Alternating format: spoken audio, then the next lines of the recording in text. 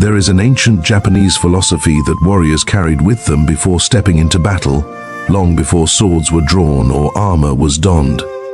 It wasn't a fighting style, nor a meditation practice. It was a state of mind, a quiet discipline that allowed them to move with clarity and confidence in the face of chaos. And yet, most people today don't realize that their lives are full of the same kind of battles, moments where hesitation, fear, and overthinking hold them back from taking the action they desire most. We live in an age where knowledge is abundant, yet clarity is rare.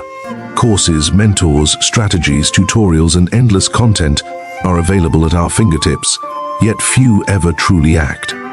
They plan, they analyze, they research, and in the process, they remain frozen.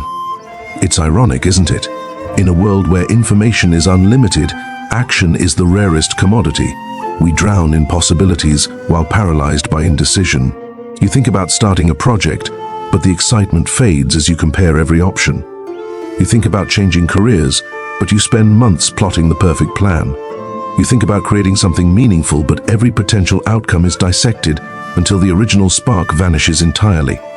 And then you ask yourself the painful question, why can't I just start? The answer is not that you lack motivation or talent. The answer is that you overthink. And overthinking is not a moral flaw. It's not a sign of weakness.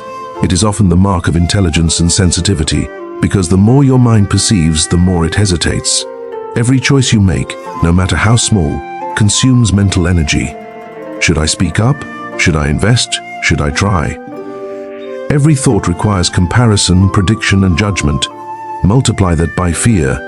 Fear of failure, fear of judgment, fear of losing what you already have, and your mind becomes a labyrinth, endlessly twisting in circles until every option seems impossible. The Japanese understood this danger centuries ago. They observed it in the warriors, the farmers, the artisans, and they called the antidote by many names. One of these names is Kuno Sekai, the world of emptiness. But do not mistake emptiness for nothingness. It does not mean to blank out your mind, nor to suppress thought in some mystical way. It is far more practical than that. It is about clearing the clutter of unnecessary thinking so that the natural response, honed by experience, can emerge without interference.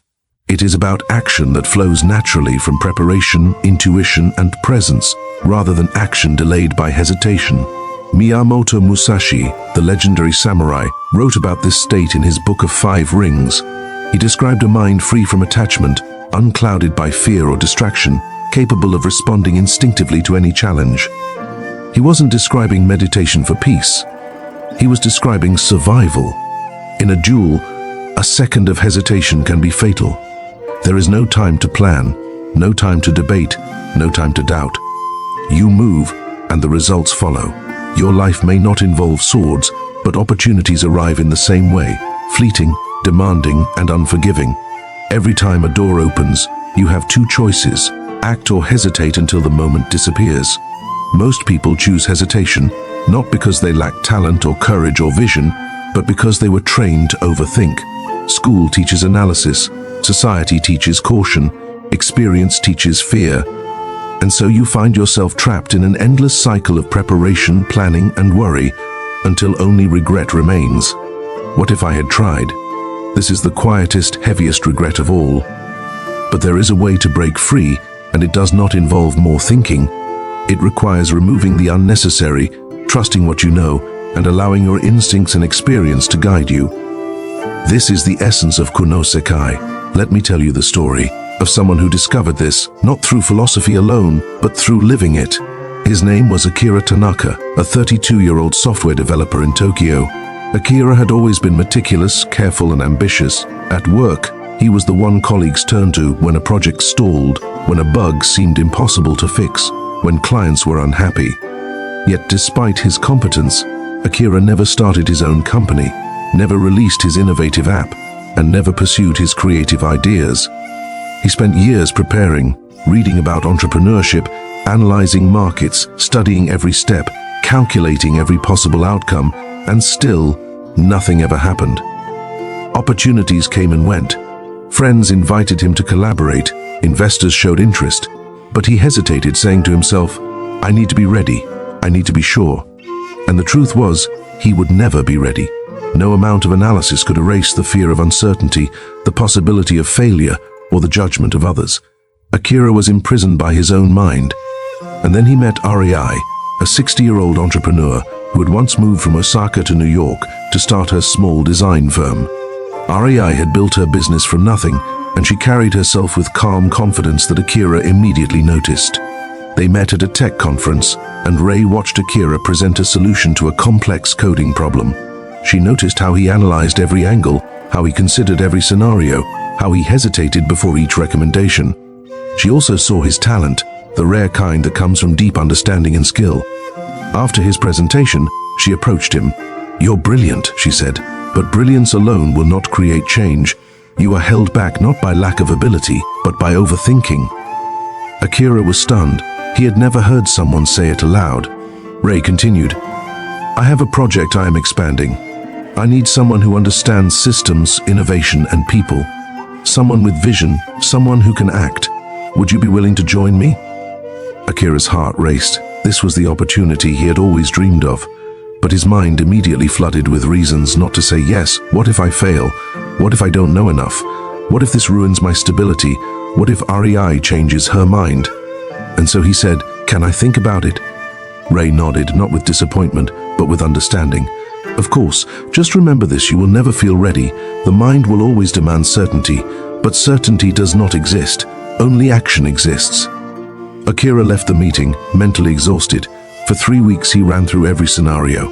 He created spreadsheets, timelines, pros and cons, risk assessments, worst-case outcomes. Each answer spawned 100 more questions. His mind became a storm of analysis. He wanted guarantees. But life offers none. When Rei called him after 3 weeks, he still hadn't decided. "I'm not sure," he stammered. "I need more time to evaluate." Rei invited him for a simple cup of tea, and that afternoon changed everything. Sitting across from him, she spoke calmly. "Akira, you are waiting to be sure, but the truth is you will never be sure. You will never have every piece of information, but you can act, you can move forward, and the path will reveal itself as you go." She explained the concept of Kuno Sekai. It is not recklessness, it is not ignorance, it is not acting blindly. It is acting from clarity, from preparation, from instinct, without letting your mind trap you in endless cycles of fear. When a swordsman faces an opponent, if he stops to consider every possible strike, he dies. His body must act on knowledge and training. Your life works the same way. Opportunities vanish if you hesitate. Fear will never disappear by thinking, it disappears by acting. In that moment, Akira realized something fundamental. The mind that wants control will always resist. The mind that wants perfection will always delay. The mind that clings to certainty will always hesitate. But the body, the intuition, the practice skill, these know the way. You simply have to step aside and allow them to guide you. That week, Akira joined Rei's project. At first, the shift was difficult. He found himself wanting to overanalyze, to plan endlessly, to perfect every move before making it. But Rei had a simple method: act first, adjust later, learn as you move, fail forward. When a client requested a custom solution, Akira sketched, coded, and delivered within days. It was not perfect, but it worked. Feedback refined the result. Mistakes became lessons. The work moved faster. And with that movement, a strange thing happened. Clarity replaced doubt. Confidence replaced fear. Energy replaced hesitation. Akira understood that Kuno Sekai was not about eliminating thinking, it was about preventing thinking from preventing action. It was about flowing with what you know, instead of freezing in the illusion of what you do not know. Months passed, and the project grew. Not because Akira had become smarter, but because he had become freer. Free from the tyranny of overthinking, free from the need for perfection, free to respond and create in the moment. 6 months later, the team thrived. Akira's creativity soared. Mistakes were no longer paralyzing, failures were no longer catastrophic. The freedom to act became the engine of his success. He began to notice patterns he had never seen before. Opportunities appeared at the exact moments he chose to act. Decisions became intuitive, rather than agonized. The energy he once spent analyzing was now spent creating. And he realized that this state of flow, the essence of Kuno Sekai, was always there. He had only forgotten how to access it. He remembered what it felt like as a child, when he played games without thinking, when he explored, when he created without hesitation. That natural presence was the same state the samurai had cultivated, the same state that allowed artists, musicians, athletes, and entrepreneurs to achieve peak performance without paralysis. Science now confirms this. Modern studies show that in moments of peak performance, the brain's prefrontal cortex, the center of conscious analysis, quietly steps back. Action flows through instinct, skill, and intuition unimpeded. Attempting to consciously control every step actually slows performance. Flow, then, is not mystical, it is physiological. It is the mind's ability to allow practiced experience to guide action without overthinking. Ku no Sekai is the human application of this principle. You cannot think your way into it. You cannot plan your way into it. You must clear the clutter, trust your preparation, and step forward. But how? The first step is to stop seeking certainty. Certainty is an illusion. Clarity is actionable. You can be clear about your intentions, your priorities, your next step, even when the outcome is uncertain. The second step is practice until instinct guides you. Akira did not become successful by theorizing about app design or business models. He became successful by repeatedly acting, learning from mistakes, and allowing his experience to form his intuition. Third, act today. Do not wait for the perfect plan or perfect timing. Take the next step that is clear and feasible. Fourth, treat mistakes as feedback, not failure. Flow around obstacles like water. Fifth, trust the process, not the result. You cannot control every variable, but you can control whether you act. Life will respond to presence, not hesitation. The final truth is this: Ku no Sekai is not something to learn, it is something to remember. It is a return to the state before overthinking, before fear, before endless hesitation. It is about allowing your natural abilities honed by experience to guide you. When you act from this state, you find that clarity, courage, and creativity emerge effortlessly. Akira learned that freedom, not perfection, is the ultimate measure of success. Titles can be lost, money can be spent, status can fade, but the ability to act, to move, to flow with presence is eternal. Miyamoto Musashi wrote, "When you understand the way, you see the way in all things." He did not mean swords, he meant life.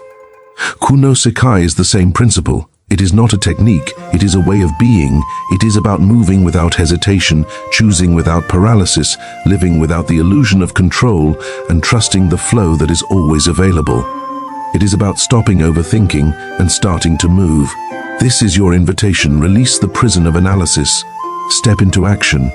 Allow yourself to trust what you already know and respond to life as it comes. Flow, adapt, create. The moment is now. The Ku no Sekai is here, not somewhere far away. You don't need more information. You don't need a perfect plan. You need presence, courage, and action. Stop overthinking. Start flowing. And watch as your life responds, naturally, effortlessly, beautifully.